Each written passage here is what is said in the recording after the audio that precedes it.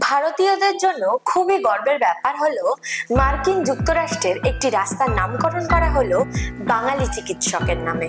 বাঙালি oncologist cancer বিশেষজ্ঞ doctor Madan Gopal মুখোপাধ্যায়ের নামে যুক্তরাষ্ট্রের বেকারসফিল্ডে একটি রাস্তার নামকরণ করা হয়েছে। 1966 সালে কলকাতা মেডিকেল কলেজ থেকে ডাক্তারি পাশ করার পরেই উচ্চশিক্ষার জন্য তিনি যুক্তরাষ্ট্রে যান। সেখানে প্রথম তিনি হিমাটোলজি অর্থাৎ রক্ত সংক্রান্ত বিষয়ে পড়াশোনা করার পর ক্যান্সারের বিশেষ শাখায় যোগদান করেন। কৃতিত্বের সঙ্গে উত্তীর্ণ হওয়ার পর প্রথমে হাওয়ার্ড এবং তারপর রিয়েল ইউনিভার্সিটিতে ফেলোশিপ করেন। 1978 সাল নাগাদ কার্ন কাউন্টির প্রধান শহর বেকারসফিল্ডে প্র্যাকটিস শুরু করেন। কিন্তু রক্ষণশীল শ্বেতাঙ্গদের সমাজে তিনি কোনোদিন বর্ণ বৈষম্যের শিকার হননি। পরবর্তীকালে 2013 সালে তিনি কর্মবিরতি নেন।